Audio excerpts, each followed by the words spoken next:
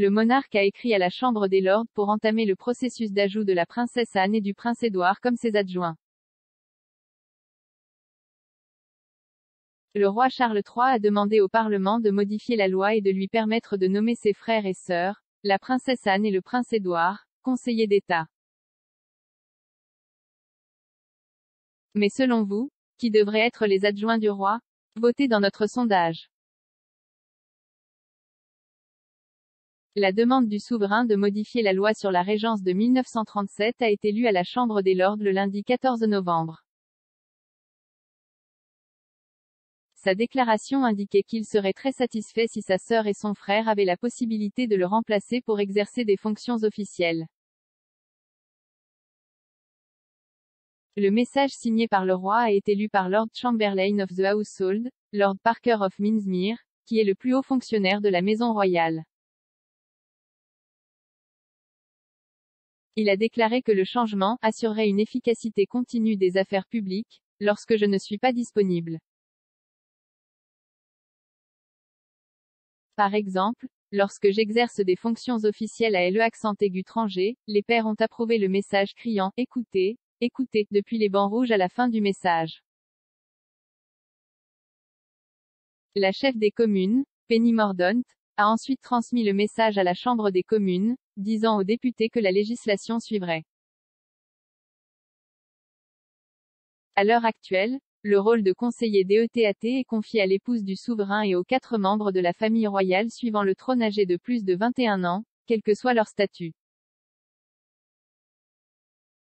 Cela signifie que les conseillers de Charles sont sa reine consort Camilla, le prince William et les membres de la famille royale non actifs, le prince Andrew, le prince Harry et la princesse Béatrice. Un changement législatif permettrait à Anne et Édouard de devenir conseillers, mais il est rapporté qu'Andrew et Harry ne seraient pas révoqués de leur poste, la princesse royale et le comte de Wessex élargissant simplement le bassin de membres de la famille royale éligible.